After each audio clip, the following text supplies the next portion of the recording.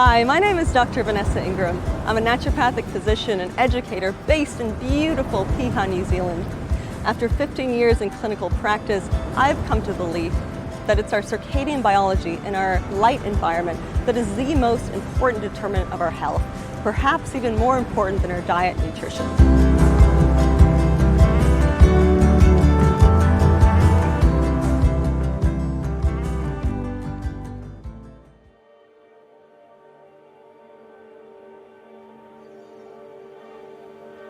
According to scientists, the sun is a massive glowing sphere of hot plasma at the center of our solar system. It's a star powered by nuclear fusion, where hydrogen atoms fuse into helium and release enormous amounts of energy as light and heat. That energy supports life on Earth and drives the climate and weather of the planets orbiting it. But there's a whole new aspect of scientific research called the electric universe that says the sun is a processor of electrical power and not the generator. Orthodoxy says the sun is a nuclear reactor projecting power from its core through the surface and out into the solar system. But electric universe researchers point out that every observation of the sun reveals this is not the case. Way out from the surface of the sun, there's a torus or donut at the equator, which can be seen in ultraviolet images. This torus absorbs and stores electrical power until it's so overloaded that it has to discharge in the same way as lightning. Colossal discharges smack into the sun's surface, punching holes, and we call those sunspots. This would make sense of why the sun's surface temperature is said to be about 5,000 degrees Kelvin, while much further out the temperature is reported to be 200 million degrees Kelvin. Electrical power moves through the solar system in cycles, and this is what we call the sun cycle or sunspot cycle. We're interacting with the spectrum of frequencies from the sun, and we're supposed to be in harmony with those frequencies, circadian rhythm, as we pass through the day, the light of the day, and the dark of the night. But the sunspiracy is the work of a hidden force behind human society that is seeking to destroy our harmony with those solar energies in pursuit, strange as it may seem, of mind control, perceptual control, and to dismantle our natural interaction with the energies of the sun. One of the things we're understanding is the incredible health-giving properties of the sun. The sun provides a very rich range of wavelengths from the invisible ultraviolet through all the color spectrum of the rainbow, all the way through to infrared. And what science is telling us is that every part of that spectrum is actually critical for health in different ways, different specific ways. The sun is the primary source of all life on Earth. If we think about, it's easy to think about plants using light, but the entire food web is built from the terrestrial, the sunlight coming down, our energy system, our mitochondria then unpack that energy from the food and extract that light signal.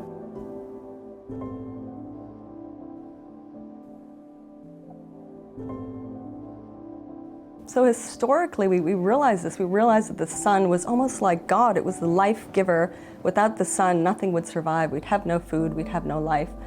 So historically, and also I think intuitively, we realize the importance of the sun.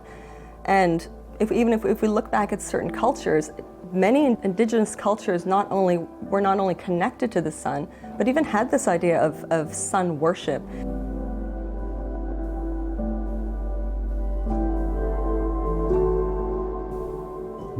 Well, our ancestors lived in a world where they were mostly outdoors much of the time, exposed to the full power of natural sunlight, and mostly in darkness at night. And when they did have early forms of light, they used wood fires and they used candles, for example. And those, interestingly, contain very little blue content. They're mostly rich in the yellows and oranges and red type of the spectrum. And so, since blue is so important as a signal, in fact, without realizing it, our ancestors had created light that was actually relatively safe to use in the evenings, that wouldn't reset our biological clocks, that wouldn't set back the processes of restore and restoration.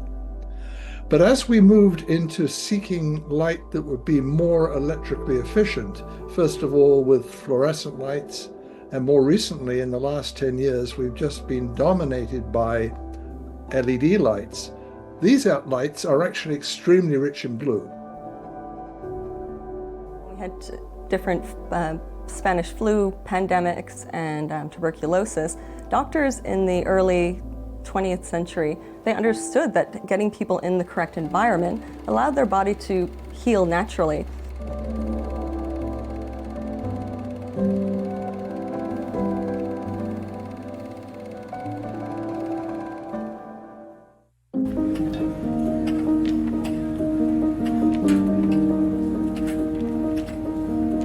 So if we look back at epidemiological research, and that's looking at population studies, when we see spikes in different conditions or diseases, we actually see that a lot of these conditions began to be, or became more prevalent at the turn of the century, before processed food, around when Thomas Edison's light bulb became commercially viable. This is where we moved from an agrarian culture, we were working outside, and we moved into factories. We started having light at night. We started staying up late, and this started to break our central timekeeping. And in breaking our timekeeping mechanism, our circadian rhythm, we began to set the stage for basically our entire system to break down. There was a time between, I would say, 1900 and the 20th century where sunlight was a really powerful intervention for treating, today we know, vitamin D deficiency, consequences such as tuberculosis and rickets. I think the most important name in this regard is, of course, Niels Ryberg-Finsen, who treated tuberculosis, lupus vulgaris, using artificial sunlight, electrical light, so it was reproducible. But on the other hand, there was a guy in Switzerland, Auguste Rollier, I think the most important person in regards to treating diseases, threatening diseases with natural sunlight. And Auguste Rollier, he was working in Lausanne in Switzerland, in the Alps, in an elevated area. And when the temperature over summer and winter time would change more than the concentration of ultraviolet radiation.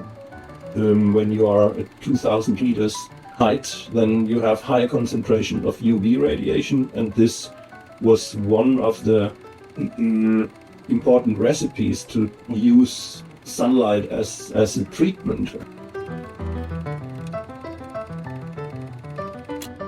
If we think about everything a cell has to do in the 24-hour cycle, and even if we zoom in, every second, every cell has thousands of different activities it's coordinating, functions it needs to do, processes that need to happen, and everything is tightly scheduled.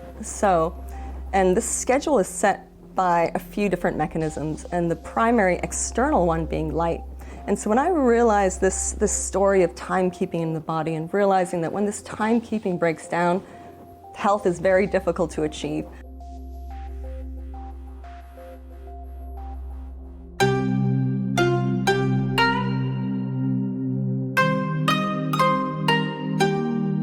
There are some places who have preserved the ancients' wisdom and do incorporate light.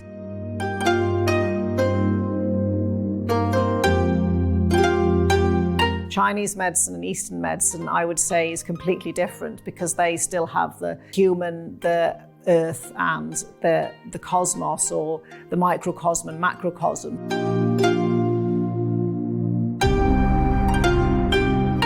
towards the end of the 19th century with the discovery of DNA, this was all of a sudden decided to be end all and be all in terms of health. All of the research money with centralized medicine and the Rockefellers, kind of the focus was on this nuclear genome because it was a very convenient way to make medications based from petrochemicals that were very lucrative to be able to treat these genetic conditions that there was no cure for.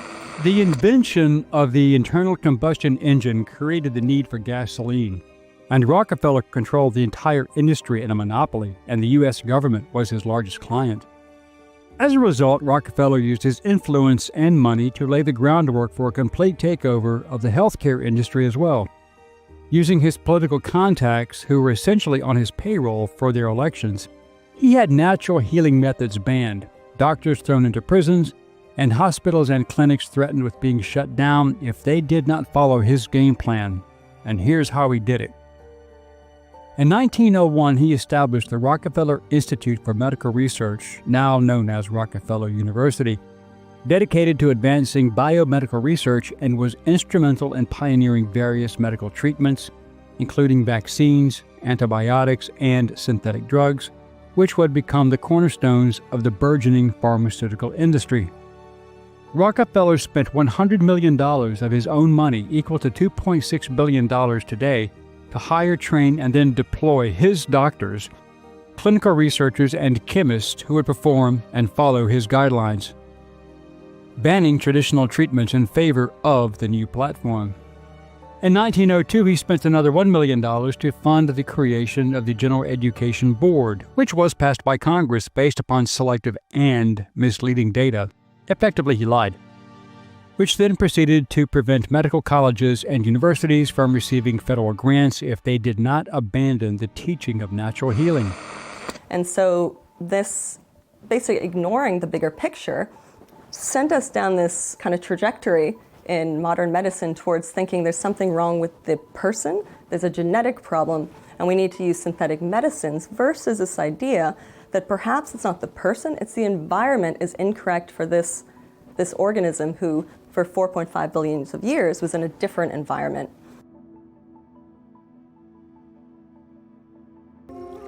It's actually our mitochondria, which are sometimes considered the powerhouse of the cell, but they're almost like a little capacitor or a battery.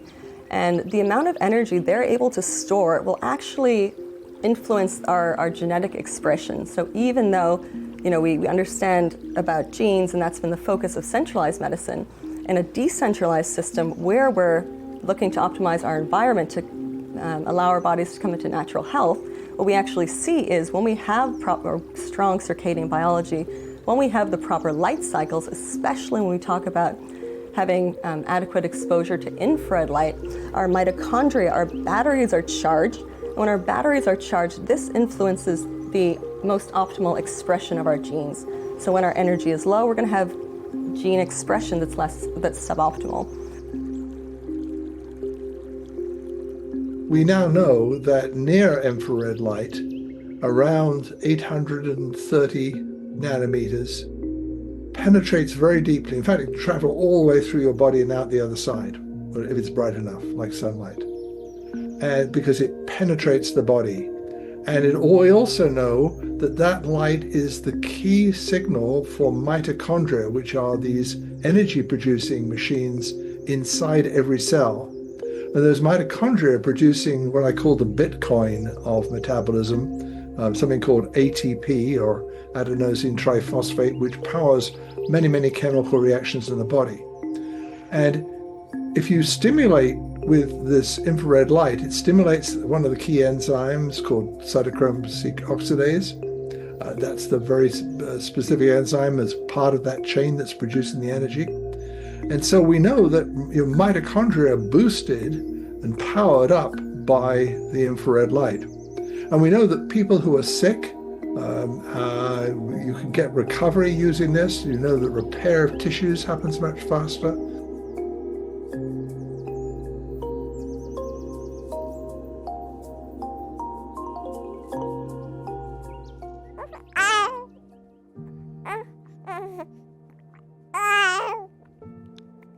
my first child was born. This was about 14 years ago now, and my health just tanked. At that point in time, I had just also completed a master's degree in clinical nutrition. And so I thought, okay, I've got to put myself through the absolute best diet, supplement, 4-hour, 5-hour gut health repair protocol, and that'll do it.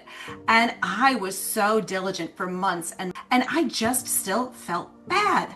And I didn't want to hear, I was blocking out the people who were saying, well, you're a mom now, this is as good as it gets. It's like, no, there has to be something so fundamental to human health that I'm just completely missing. And that's when I stumbled upon a blog post that was talking about light and circadian rhythm. And being very curious, but also a skeptic at the same time, I thought, well, that's intriguing, but let me dive in. Big time nerd, let me dive in. And wouldn't you know it, I stumbled upon hundreds and hundreds and hundreds of studies showing how our relationship with light was fundamental to how my body could operate. And I was giving my body the wrong operating code based on the wrong light exposures. And it took me about 3 days to implement just this basic starter protocol, which is what I do now in clinical practice. And I felt better in 3 days than I had in years.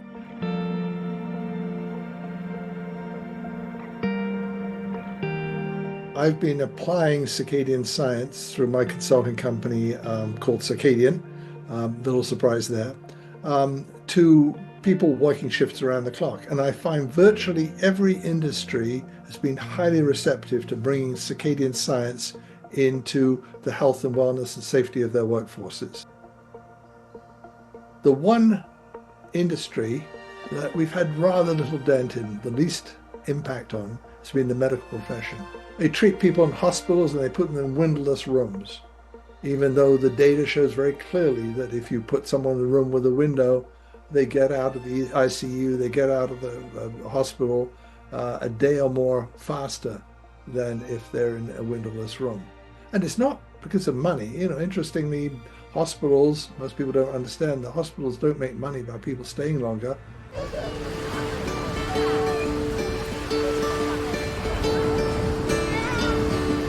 So over the last 50 years, we've really moved away from this idea that a certain amount of sun every day or most days is healthy, to this idea that the sun should be feared, should be avoided. We should wear sunscreen and hats and glasses all the time to protect our skin. And luckily now everything is beginning to change because we've actually, looking back at the research, we've hurt many more people than we've protected from melanoma with this anti-sun messaging. In fact, on diagnosis, the vast majority of melanoma patients are shown to have low vitamin D levels. Now, if we just back up and think about that, right away we see a bit of a disconnect to the story. So if melanoma was due to too much sun, then we shouldn't see people newly diagnosed with melanoma having the lowest vitamin D levels. Conversely, other research has actually shown that after diagnosis, people with melanoma who gets sufficient sun, and this was measured by the depth of the skin, it wasn't measured by timing, they actually were protected. They had less mortality than the melanoma patients who never got sun or who got even less sun after diagnosis. Also, if we look at where melanoma, or where we have the most melanoma, as we move away from the equator up into Canada, down to Northern Europe, we actually see increased rates, not decreased rates. The other reason the sun was deemed as carcinogenic was early animal research. And what basically was done is animal research using nocturnal animals, in many cases hairless rats, and basically shining a narrow band UV light onto these animals. The type of light that's given off by a light bulb tends to be in a certain wavelength. When it comes to the light outside, it's unpolarized, and we have the entire spectrum of light. So when we're out in the sun, we never just have UV light. It's impossible. When we're outside, we have that infrared light. Infrared light undoes and heals a lot of the damage that potentially can occur with UV light. When we take a rat that's supposed to be, asleep during the day and not in the sun, shine it with just UV, no infrared, and we see cancer. That was how the original research was done, to say that the sun causes skin cancer. We can't go the other way either. We can't be too frivolous. We have to think of our sun exposure almost like training. Like, you wouldn't go to the gym after not having worked out for 10 years. This is the same situation we have, say, if we're an indoor worker and we go on vacation and we go, from being inside all day straight to the beach in a tropical country. You're going to cause skin damage. We need to think about the entire day, the information in the morning, how that relates to what happens in the body later in the day, and how that all links up to the healing cycle of the skin. So if we want to use sun safely, we really need to get that morning light in the eyes, turning on the melanin pigment production. We're getting that infrared light, so we're making mitochondrial intracellular melatonin, the antioxidant to heal the skin damage. The infrared light is decreasing inflammation. So if we're a little bit smart about that and we warm up, we get morning light, just like we're going to go to the gym. We want to warm up before the main workout, the main sun. That's going to get us ready. And then when you start working out, you don't just go for 2 hours the first day. You start maybe light weights. Same thing with the sun. We want to promote this idea that we want to step away from using chemical sunscreens, and I think sunscreens in general. And that's because when we use sunscreens with the SPF 30, we're blocking about 97-98% of the UVB, which is making that all those vitamin D metabolites that are balancing the immune system, helping inflammation. But we're letting a higher proportion of the UVA light through. So we're changing the spectrum of the light hitting the skin. Because we're not getting the UVB, we're not getting the red signal. So if I go in the sun without sunscreen, after a certain amount of time, I'm gonna get a bit pink. That's gonna tell me, okay, I've had too much, I'm gonna go inside. If I wear sunscreen, I'm gonna stay out for much longer. I'm getting no UVB, no vitamin D, pretty much, to help balance my immune system and that inflammation. I'm hiding my wisdom to know when to get out of the sun, and I'm actually causing a lot of deeper damage with that, using that sunscreen. So then, before we get our midday sun, especially in the spring, summer months, we want to get our morning dose, and we want to make sure, again, just to remind everyone, no sunglasses. We want to get that morning light in our eyes and on our skin to start upregulating the body's ability to tolerate the UV light. And then as we start to kind of expose ourselves to UV, earlier in the morning, then towards midday, we're generally looking for what in research is known as the minimal erythemal dose. Is you're out in the sun until you get a little bit of a pink color, you go inside then, and by the next day that pinkness is faded. And that's generally, for most people, a good, very safe place to play at in terms of how much sun exposure you can get without damaging your skin. Just as important for the repair mechanism in the dark period is that strong circadian biology. So the more sun you've got in the day, the darker it has to be that night. I think a lot of people get in trouble on vacation, especially because they're getting a ton of sun, they're eating late, they're drinking alcohol, and they're not sleeping well. So they're getting healthy sun, but too much, and then they're not getting the balanced repair, and this could go on for 2 or 3 weeks, and then they go back to England or back to your office, and you could see why that year after year could be problematic for people. The reaction of our organism to sunlight is like a concert. You have different instruments, you have different tools, you have different levels of reacting, and the sensor to foresee via the blue, via the melanopsin, this is a proven and cleared pathway from our eyes into the vegetative system, into the hormonal system, into the endocrine system. And yes, if you are wearing a sunscreen, you probably should also wear sunglasses.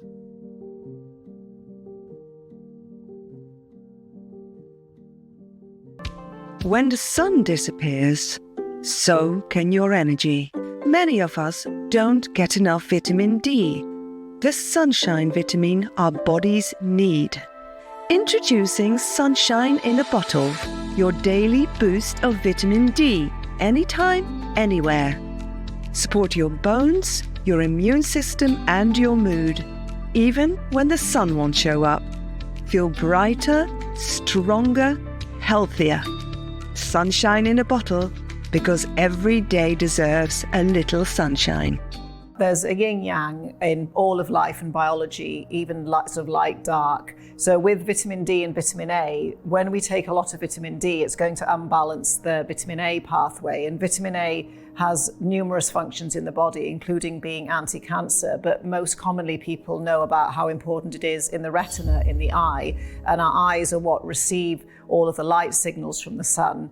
So unbalancing that pathway is not a good idea at all. So I think, first of all, it's people not understanding the biochemistry, but also it's not the right form, and we do need to get the correct form from the sun. However, there are people who are bedbound or very ill who can't get out, where it can possibly have some benefits, and it also can act a bit like a corticosteroid. So there are people who say, oh, if I take my vitamin D supplement, I'm not in pain, but they're not actually treating the root cause of the inflammation, and they're not using vitamin D for what it's for. It's trying to use it as an anti-inflammatory. High cholesterol.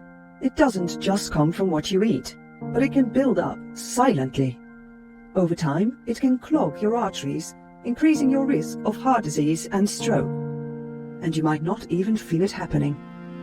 The good news, you can take control with a balanced diet, exercise, and regular checkups. Talk to your doctor, know your numbers, protect your heart. So first of all, with cholesterol, we know that it's needed to make vitamin D as well, but also cholesterol plus vitamin A plus thyroid, which is a UVA light dependent hormone, that makes pregnenolone, which is the master sex hormone. And out of pregnenolone, we get testosterone, estrogen, progesterone, and also cortisol. So by demonizing cholesterol, we're actually trying to say that vitamin D is bad as well, and we're doing things to affect sex hormone levels. And there's already a lot of problems with people getting younger and younger, especially men wanting testosterone therapy. It also stabilizes cell membranes, and there are also other forms of cholesterol like cholesterol sulfate that's actually important as an anti-clotting agent and to stabilize red blood cell membranes so they don't burst. It's also very important for the brain because 25% of the brain is cholesterol, and it's the main non-visual photoreceptor in the brain. So that just means a molecule that can absorb and emit light that we don't use to see with, because cholesterol absorbs in the UV and also green. So with the seasonality, around the equinox, there's more green light than there would be normally at other times of the year. And throughout the year, if we measure people's hormones, they do change seasonally. So a very plausible explanation would be that cholesterol, it would be some kind of timing molecule that helps people know when the seasons are changing. As soon as that sun breaks the sky at sunrise, we get this signal to start to make all of our steroid hormones, all of our sex hormones, including cortisol, which gets a bad reputation as being a stress hormone, which it certainly can be when we are surging cortisol because we are stressed out about something. But we're designed to naturally surge this beautiful hormone in the morning, and it is what I call the hormone signal that the day has started. And because it is a sex hormone, as it surges, the other hormones get divvied up as well. If I can signal time and time again that the day has started and I'm nourished and safe, we start to see this beautiful, balanced hormone production. We've got this peptide, right? This peptide that's made up of 241 amino acids. And these amino acids are just, think of them as bricks that build up this bigger protein. And so this big protein is called pro-opiomelanocortin, or POMC.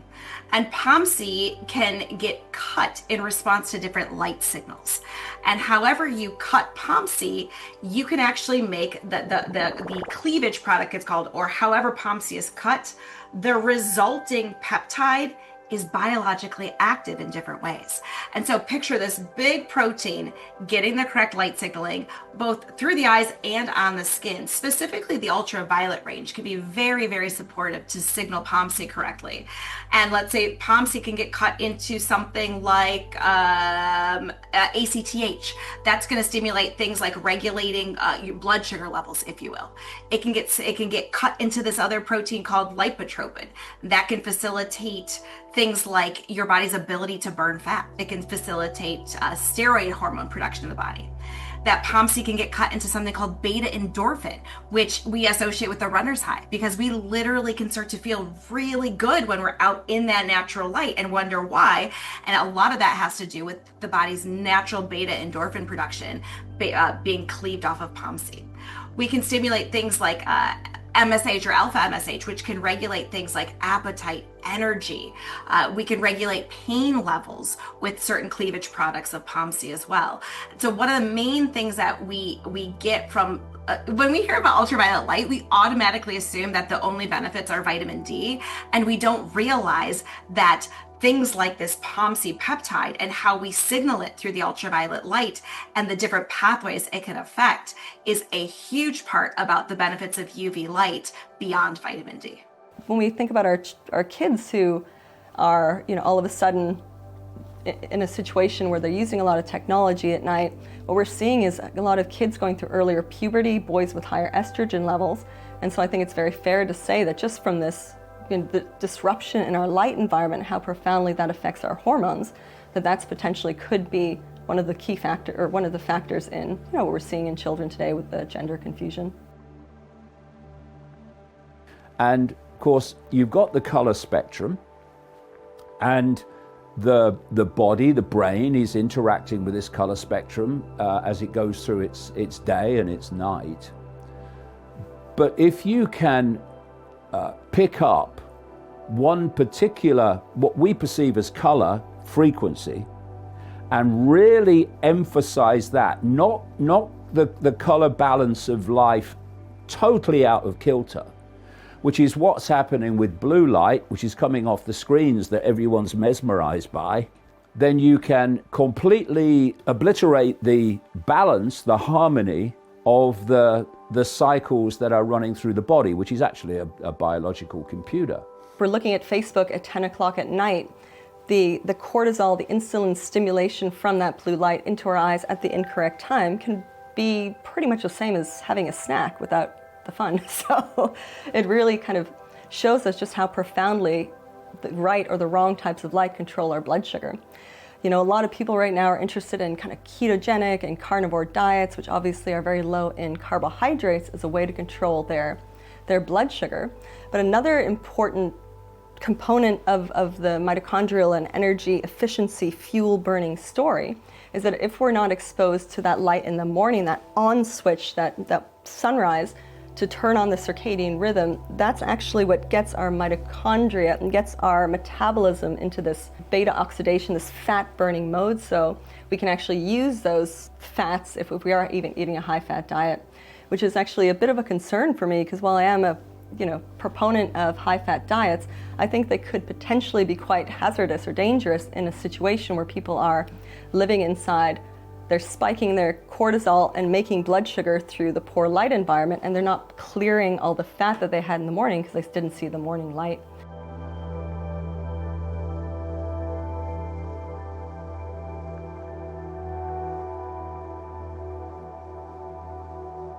We need to stop eating early so that when the light goes away, we've already stopped eating. Because as soon as we move into that dark period, our digestive tract goes from making bile and the daytime phase into the more of a detoxification phase. And if we load food onto the system when our liver wants to be kind of doing more of a metabolic kind of house cleaning, and we have food in our guts when our gut cells want to turn over overnight, then not only are we breaking our circadian mechanism, we're messing up all the different body clocks, but we're also physically having food in the place where we don't need food, or we're not digesting it well. And so not only will that interfere with sleep, we're going to have higher blood sugar overnight because we're not burning that food, it's sitting. And so that's going to play a big role in poor digestive health, weight gain, things like that. And especially with women, a lot of people like to do intermittent fasting, where they'll skip breakfast and not eat until 12, 1 o'clock, and then eat all the way till 7, 8, 9 o'clock at night. It can be helpful in the short term, but especially for women. So what happens, we wake up, circadian rhythm means we're waking up, cortisol is increasing, we're seeing light. And if we fast in the morning when actually our body wants that buffer signal, it wants the nutrition to stimulate that leptin system, which tells our body we're safe, we're well fed. If we don't have that protein fats signature in the morning, then what happens is our cortisol tends to go even higher and we become even more stressed, which especially for women, this can begin to impact fertility and hormone balance. We need a minimum of 12 hours overnight. Even better, have dinner a little bit earlier, and then you're really going to be working with your body, working with your metabolism instead of always fighting it.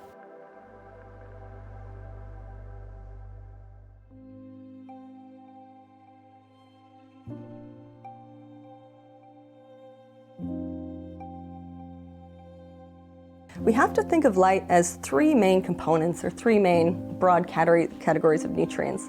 On the one end, we have ultraviolet light. Ultraviolet light is our UVA and UVB. These are very high energy, short wavelength types of light that obviously have functions in the body like making vitamin D, really important in terms of setting the circadian mechanism, in terms of making neurotransmitters in the morning. UVA on the skin plays a really important role in lowering blood pressure, producing nitric oxide, helping our immune system to function, turning on something called T regulatory cells, which live in our skin. So if we don't get enough UV light on the skin, it's not just for vitamin D, we don't have that regulatory function of our immune system, so we could be predisposed to more autoimmunity, more inflammatory conditions. Then as we go further along the spectrum, we come to visible light. Of course, that's what allows us to see. That can be broken down into different wavelengths, correlating to different colors. And when these are all together, when they're in our natural environment, we typically see this as just visible light. Ultraviolet is not visible. You only can learn under natural situations that you had too much ultraviolet B when you experience an erythema, a sunburn. But you would not learn that you get almost 80% of ultraviolet A when you're sitting behind a window pane. So the window removes the ultraviolet B, so you cannot learn anymore by experience that you are getting too much. So sitting 5 hours or 8 hours behind a window will not give you sunburn, but it will give you almost the same skin aging and ultraviolet A radiation associated reactions as you would sit directly outside in the sun. Then as we go further along the spectrum, we come to infrared light. And infrared light ranges from about 600 all the way up to 3,000 nanometers of light. So infrared tends to be very long wavelength, low energy. And the cool thing about infrared light is it's a very long wavelength and it penetrates deeply into the body. The work of Dr. Scott Zimmerman on the optics of the human body is so fascinating because we're actually shown that the way this light works, as it comes in, it reflects all around the body like a ping pong ball. So infrared light will basically penetrate 2 to 3 centimeters into the skin, but then it'll ricochet around. So because of that ricocheting effect, we'll basically saturate all of our tissues everywhere into the skull, deep into the brain, just because of this effect. We're actually supposed to extract or supposed to augment a lot of our energy from our environment. And that's really where the story of infrared and near-infrared light comes in. Infrared light tends to penetrate pretty deep into the body, and it's not really absorbed strongly by different tissue. So what that means is that when it comes in, it bounces around. It can penetrate through clothing, up to 6 layers, I think were studied, of cotton clothing, comes right through. You don't need to be in the sun. You can walk into the forest because plants tend to reflect the infrared light. They don't like it, and we need it onto us. And as this infrared light comes in, it's directly increasing the efficiency of our mitochondria. There's a part of the energy production cycle called cytochrome C that actually absorbs this infrared light, makes the whole energy production more efficient. But again, as this light is bouncing around, it's interacting with the water that's also surrounding the mitochondria, surrounding the cells. And as it interacts with this water, it changes the composition of this water. You are a battery made out of water, charged by sunlight. This is foundational for understanding how simple health can be.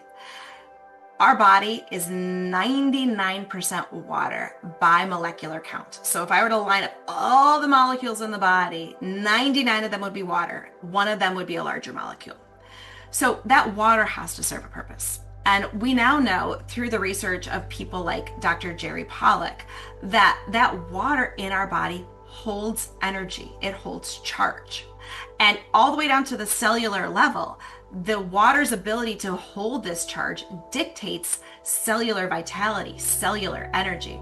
And as a cell drains of that critical charge, again, it starts to become more and more dysfunctional, to the extent that if it drains to a critical threshold, it can actually become cancerous and start to divide uncontrollably. And so my brain, as I started to recognize how important water was in my body, and how important it was to maintain the charge of this water in my body, I asked myself, what are the things that can help the body keep this charge? And this is where sunlight comes into play, because we are designed to be out in that light, soaking up that light, and pulling in especially this key wavelength range of light called infrared. Dr. Pollack's lab showed that when we expose that water to infrared, it literally charged the water back up fourfold.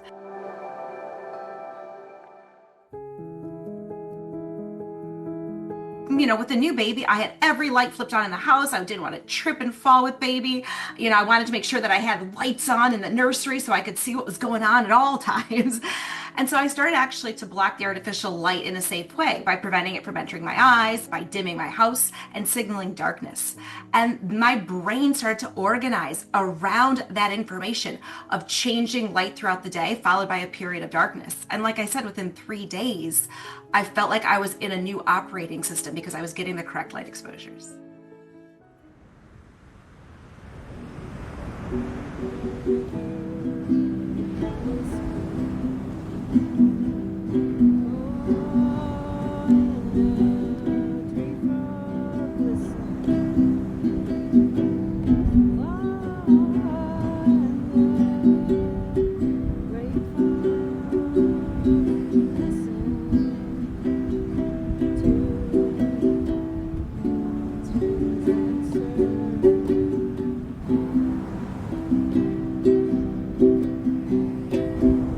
We have melanin, which is a really interesting compound on the outside, but also on the inside of our body. And melanin has some pretty cool properties. You know, traditionally it was just thought of as being a bit of an internal sunscreen to protect our DNA from damage. Then we figured out it was also to help protect our folic acid levels against breakdown from too much sun. But we're beginning to see that melanin has some really interesting other properties. The one is as a much more broad spectrum protection. Melanin doesn't just absorb or protect us against UV light, but also all the way out into the electromagnetic spectrum, into the radio and wider electromagnetic frequencies. In fact, it's being used, biosynthetic melanin is currently being studied and used on the outside of spaceships to protect the astronauts from cosmic radiation and the high levels of non-native EMF in space. Melanin does actually protect us from ultraviolet light. That we all should know that. And it does a lot more than that. So first of all, it's something called a black hole pigment, where it can absorb all wavelengths in the electromagnetic spectrum. So not just light, but other wavelengths outside the light spectrum, and probably even solitons. And also it can act as a semiconductor. So in simple terms, light can go in and then electricity can come out of melanin. Melanin is also pretty amazing in its ability to chelate heavy metals. And this is quite cool because sometimes what you'll notice is if you go to areas like cities or places that are very polluted, you might notice that the animals there tend to be darker, have darker plumage, feathers, or fur. And one of the things that melanin is able to do is bind heavy metals, including iron, which is probably one of the reasons why African American and Indian women who might eat less iron, but also typically have more risk of anemia. It's because they have more melanin. They could be chelating more iron. It's a really important part of our consciousness and our intelligence. So higher organisms like a human or a mammal depends on the melanin for actually cognitive functions, sensory functions. So the melanin's been around a really long time. It's a very sort of ancient molecule.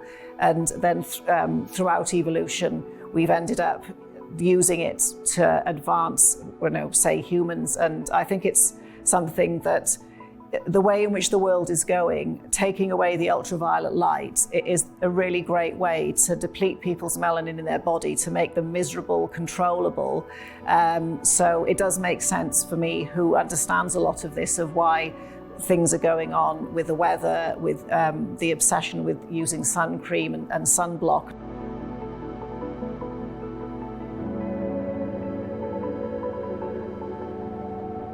But melanin gets even more interesting, because right now it's being studied as a new type of material for solar panels, because melanin, on exposure to UV light, has the ability to, via the photoelectric effect, liberate electrons from the water molecules next to the melanin, potentially producing an alternative form of energy.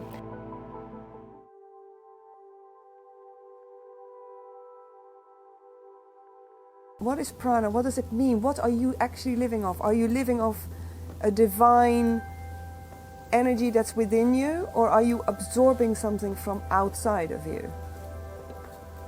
Both. You know, for me, energy is energy. So you can't divide energy in different vibrations, in different names. We call it different. Free energy, like Tesla said.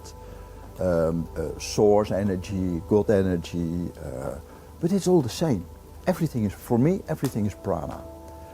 And we are all always connected to prana. Your soul is always connected to that universal energy, so you are prana. My name is Ray. I'm a spiritual mentor. I'm a guide to total consciousness and awakening master myself. Every morning, the first thing I do when I wake up is tell the universe that I know I'm going to have an amazing day. I know this day is going to be full of surprises for me. And I know that every meeting, everything that's going to happen to me is going to turn out for my best. The second thing I do is exercise. I nourish my physical body with energy by moving it around. Sometimes we forget how important it is to actually use our body and not just sit in front of a computer or behind the steering wheel. Then I go on to affirmate, I go on to meditate. I go on to nourish myself energetically with the energy of prana, the energy that can replace physical food and physical nutrition.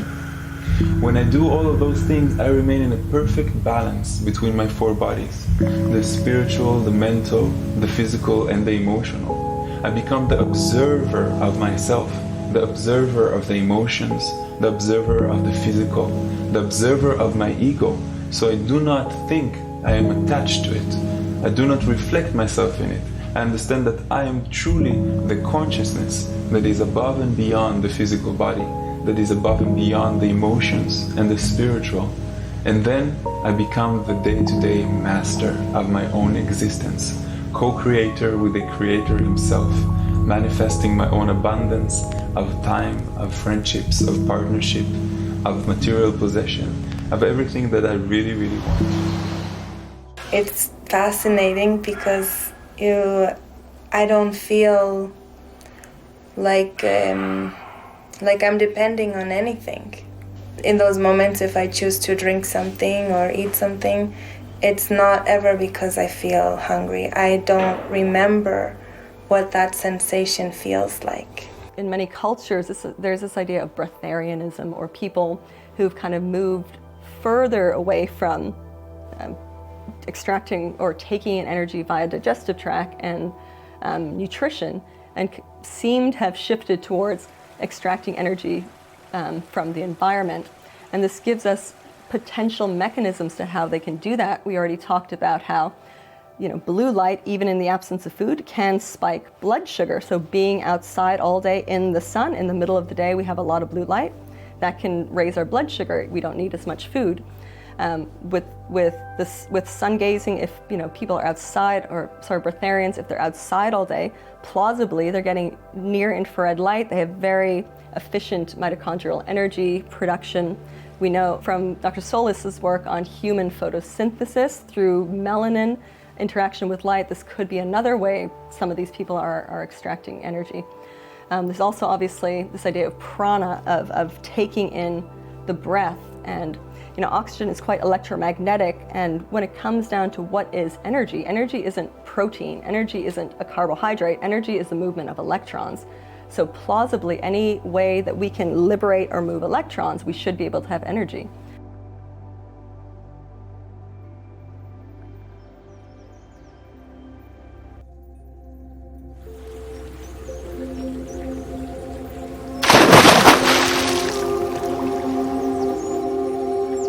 So the other cool thing about biophotons or the endogenous light, the UV light we produce, is in the winter in cold countries or when there's not a lot of UV around, we can actually increase our production of internal biophotons or ultra-weak UV light by getting a bit cold. So when we go into the water, we're actually increasing when we expose ourselves deliberately to cold, we're increasing the efficiency of our mitochondria, we're increasing our energy production, we're giving ourselves a little bit of healthy hormetic stress, just like a hard workout, getting a little bit uncomfortable and thus becoming stronger and more resilient. And then as soon as we get cold, you often notice you have these goosebumps, and one of the functions of that is we're increasing the skin's surface area by adding the little undulations in the goosebumps that help us to absorb extra light and help to warm us up. When we are exposed to cold, first of all cells will emit some ultraviolet light, so that means we can make sunshine inside us when maybe the weather's not optimal. For the UK, a big problem we have is not necessarily the winter, it's the clouds, because the clouds block most of the UV light. And also in Britain and some of the northern hemisphere, we don't have UVB all year round. There's about 5 months when we don't have it. So it's the ultraviolet light deficiency that I would say is a big problem in the UK. If we had no clouds, that would make a big difference, because we can still get the UVA and people can store vitamin D in fat and muscle. So even if we can't make it, if you saw a lot of sun in the summer and built up your vitamin D stores, then you're going to have enough to carry you through over the winter. So that's the other first tip, is to make sure you get enough UVB in the summer.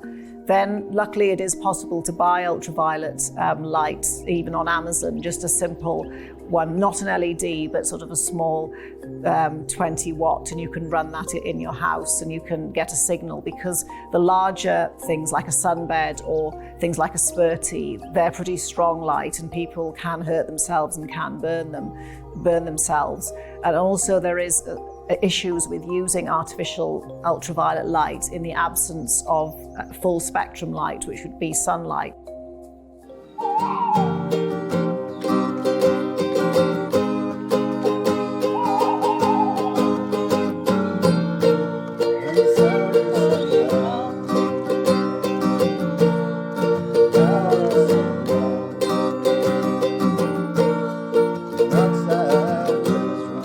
Then, of course, embracing the cold and purchasing incandescent light bulbs and some kind of lighting for the evening, so that you're not making an artificial summer. So a lot of SAD is not a disease, it's just a really bad circadian rhythm and a person just being completely out of sync with the seasons.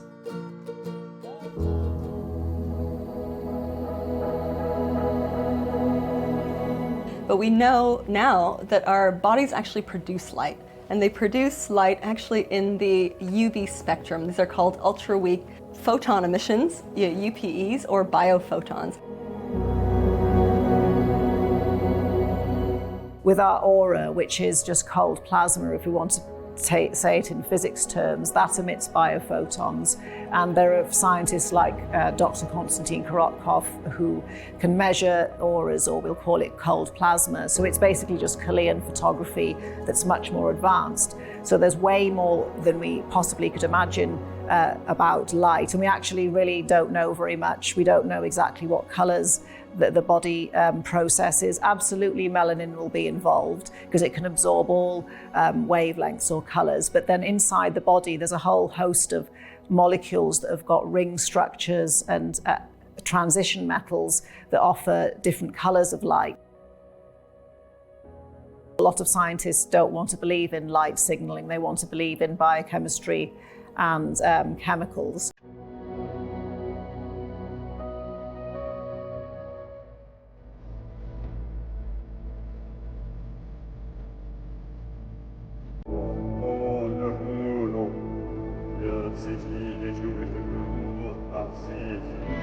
The global cult, as I call it, this global network of secret societies with an interlocking mission control central core, seeks to control human behavior. That's been its holy grail. And it does it in many and various ways. And one of the things it's done is use mind control programs like MKUltra to experiment on how best you can control human perception, thus human behavior. It's no accident that I studied the techniques of MKUltra on, if you like, individuals in the United States, the military and intelligence mind control program. And then, very blatantly, during the COVID hoax, I watched those same techniques being played out on the population. So this individual mind control is important in the sense if you want to program someone to kill someone you want to take out, well, that can be used that way.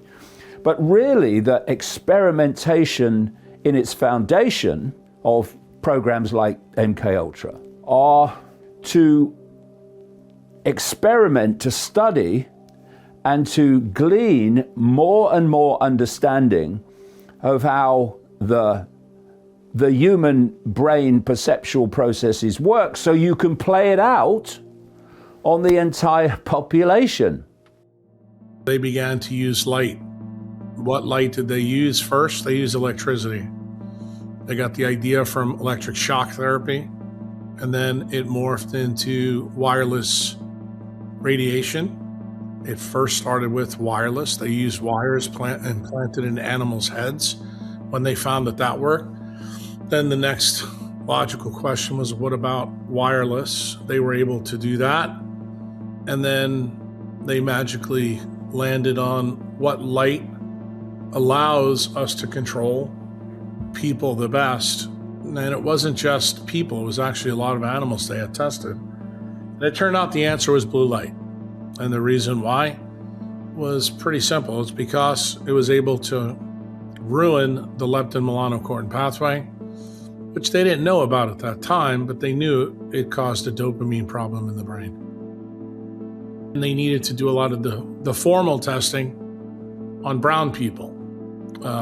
Why? Because they found that brown people are more resistant to electromagnetic radiation than people who have Fitzpatrick 1s. And that stuff has been borne out right in front of your face without you realizing it. If you remember the Navy Yard attack in, I believe it was Virginia, on the top of one of the guy's rifles, that he wound up killing some of his people who he was involved with. In his experiments, he had the word ELF RF carved in the gun. He was a black guy. Second one that was famously happened during the second Obama term, was a black lawyer from Florida State University who didn't kill anybody but shot into the library at Florida State. And he had told many of his friends and family that there was somebody in his head controlling him. And he also, at the scene, knew that it was ELF, RF, and blue light radiation. Controlling the weather is the ultimate superweapon. It's even more powerful than the atomic bomb. Bill Gates is backing the first high-altitude experiment of one radical climate change solution, creating a massive chemical cloud that could cool the Earth. It's called solar geoengineering, and it's highly controversial. It would look something like this. Thousands of planes would fly very high and use nozzles to inject millions of tons of light-reflecting particles into the stratosphere.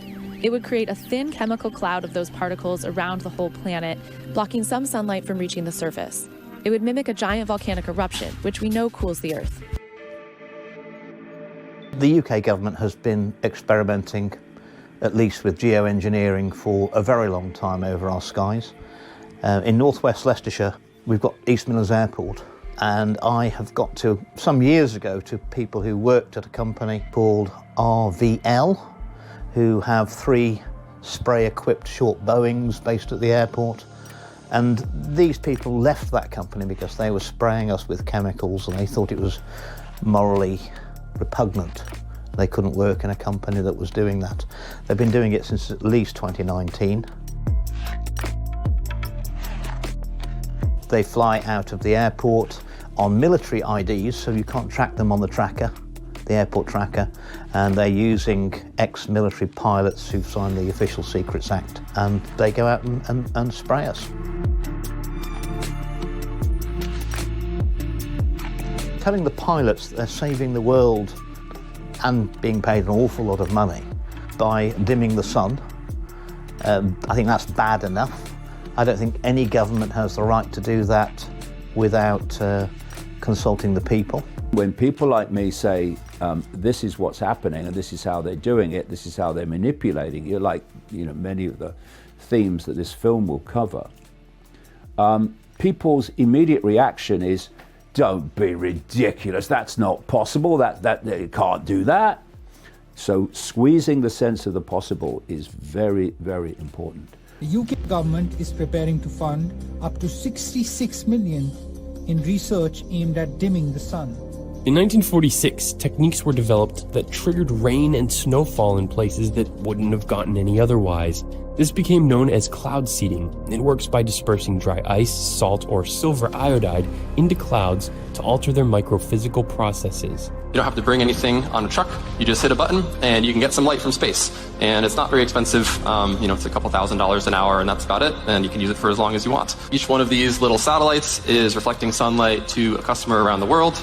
And I'm going to share a little bit more about who those customers are and how you can get this sunlight. You want to make it as easy as possible for people. So you can imagine using an app and bringing sunlight over to your exact location, wherever you are, in under 30 seconds at the touch of a button. All we have to do is rotate satellites and reflect the sunlight that's passing by us in space. In 2017, researchers at the University of Reading were awarded $1.5 million to fund their rain enhancement science. But that is nothing compared to the $15 million that the United Arab Emirates has invested in what they've called their quest to ensure water security.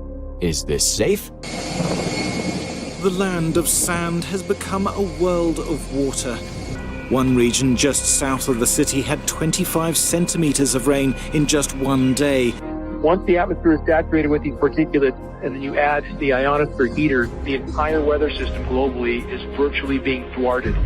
There is no natural weather at this point, and we really don't know what sort of climate conditions we would have necessarily if these programs were brought to a halt. Society symbolically is being manipulated from this level, and we're only seeing this level. We're seeing politicians making decisions. Oh yeah, the president's in charge, the prime minister, he decides what happens. No, he doesn't.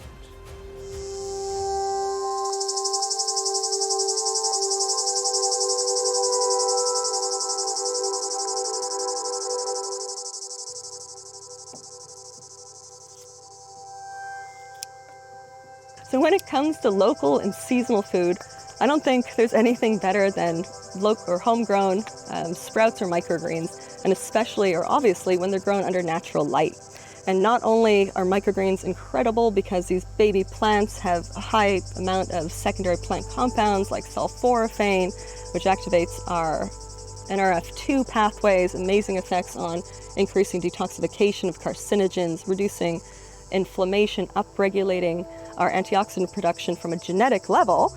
But even more importantly, because all food is built from photosynthesis, the energy from the sun at the time the food was grown is actually reflected in the electron state that's present in the carbohydrate from the food. And when we eat that food, our mitochondria, which extract the electrons to send them down the electron transport chain to make ATP or biochemical energy, it's paying attention to that, what those electrons look like. And if those electrons in the food are a match in terms of the energy state to the density, the strength of sunlight in our environment, we create cellular coherence. When we eat foods, say, that's from hundreds of miles away, grown in a different season, and our mitochondria extract those electrons. There's a bit of a mismatch. It's confusing to the system. This was evolutionarily impossible. And when we have that situation, we tend to have more cellular chaos, to simplify in physics terms. And that increase in chaos in biology is often, we can refer to that loosely as inflammation. So by simply eating foods from your local environment, you're not only getting the exact nutrients to cope with the sun and the environment you're in, but you're also creating this beautiful cellular coherence when we eat our homegrown foods. As I was learning about light, I thought to myself, oh my gosh, the diet wars are just so myopic. Everybody needs to be keto, everybody needs to be carnivore, everybody needs to be vegan. And I started to realize I need to eat what can be grown with the light in my environment. Because literally the plants in my local environment are taking in the light as code, just like I'm taking in the light as code. And they're understanding how much glucose they need to make, for example, and how they need to grow and when they're going to ripen and how much sugars they're going to produce. And as I started to recognize that my perfect diet was local and seasonal because of the light environment dictating what could grow where I live, it made things so much easier for me. It made me realize I could go to my local farmers market and find my regenerative farmers and ask them what's currently growing, and voila, there's my menu for the week. I can start to cook with what's available. And not only that, but for those who eat meat as well, the animals who are then consuming the grass that's growing in your local environment, essentially containing the same code of information of light, it all just connects. It makes so much perfect sense that light is information not just for me, but for the plants and how they can grow. Therefore, what my body would be anticipating I have access to in terms of in the middle of summer, certainly fruits are available in Michigan. In the middle of winter, I couldn't find a pineapple in Michigan to save my life. I couldn't find it in the middle of summer either. But you know what I'm saying? Like it makes a difference to recognize that we can't demonize a food group like carbohydrates across the board, but it's just that perhaps having too many carbohydrates out of season is confusing to my body because it anticipates winter and darkness, not a banana tree growing outside.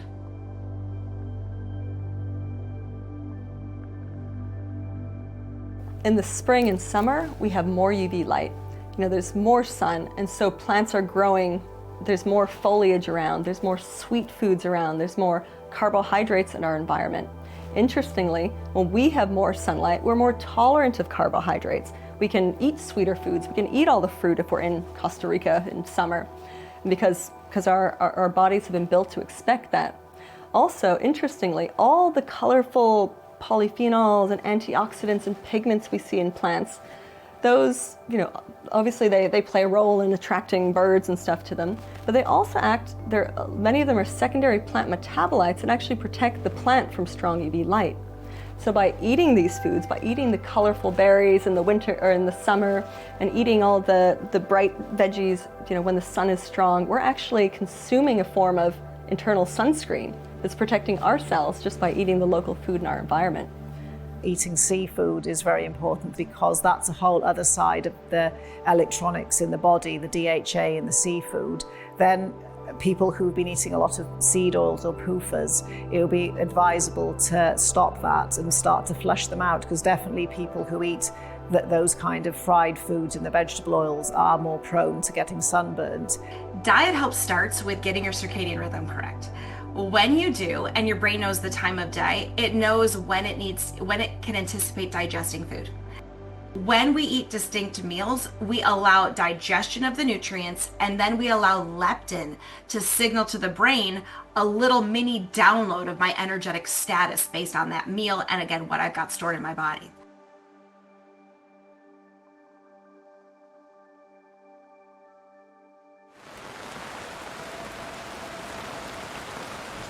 Anyone think that it was an accident that suddenly, and of course the myth, the absolute myth of human-caused global warming is a gift that just keeps on giving. So what you say is, the global warming, it's destroying the earth, we're all going to die. So how do we do that? How do we stop that then? Oh, well, what we need to do is get rid of incandescent lights, which were fine, and do not give off enormous amounts of blue light. And what we're going to do is we're going to replace them with LED and these squiggly bloody things that are useless in terms of light and many other things. We're going to replace them with them. Oh, by the way, they do give off lots of blue light. Anyone think that's all this amazing coincidence? Of course it's not. It's because the frequency of blue light is impacting upon human behavior. It's disrupting circadian rhythms. And I'm sure in much deeper ways, because of the emphasis of it everywhere, it's impacting on behavior in ways we don't even know about yet. Society has done a massive, uncontrolled, unethical experiment by introducing LED lights across every part of our world. No one really checked that out for the health consequences, and we're now seeing what the consequences are. We set out to create lights that actually would provide the right circadian signal, that will be blue rich during the day and have zero blue at night. And we were able to put them in the facilities of over 65 Fortune 500 companies. They're critical 24/7 type facilities, people working shifts around the clock. The rate of errors that we're doing, and some people were doing critical tasks. One particular company, we put the lights on, they were a control room in Massachusetts, was running about 100 hydroelectric dams all over North America, where an error in doing the wrong thing at the wrong time could actually drown a community downstream for this dam. And so we had errors really reduced by about 60%. We saw people sleeping longer before and after the night shift. They were more alert. And we saw health complaints, gastrointestinal disorders are very common. GI complaints are very common in shift workers. Those were dramatically reduced.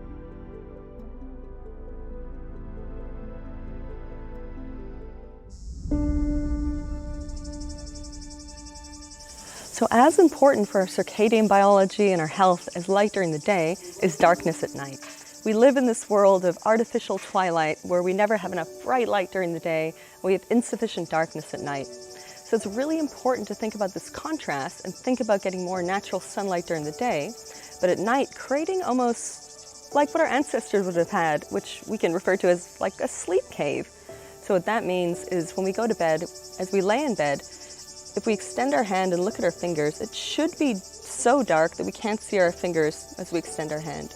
And if we do this, then we're going to get not only more restorative sleep, we're going to reduce our risk of diabetes, of cancer, of cardiovascular disease, because the research shows that even a tiny amount of light in our bedroom, things like a street light outside of our house, will increase our risk of having higher blood pressure the next day, having higher blood sugar. And if this happens night after night, you can see how we're increasing our risk of chronic disease.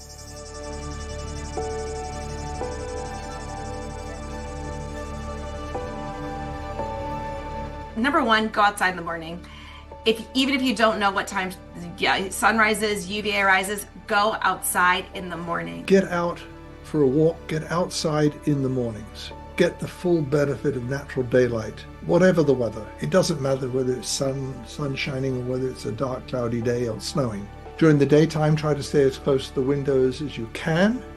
And during the evening hours, make sure you're in blue-free light. Making sure the bedroom's tech-free, using blue blockers, changing the lighting in the house so that it's much softer. Don't go to the supermarket at 10 o'clock at night.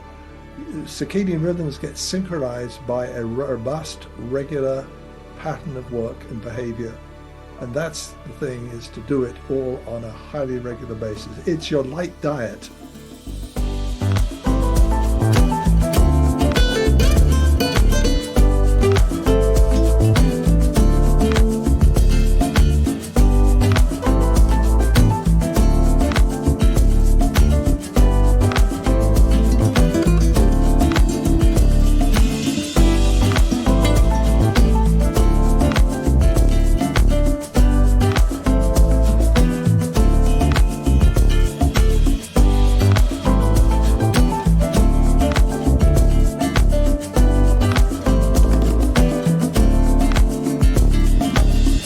The light you see is important for your health as the food you eat, the water you drink, and the air you breathe.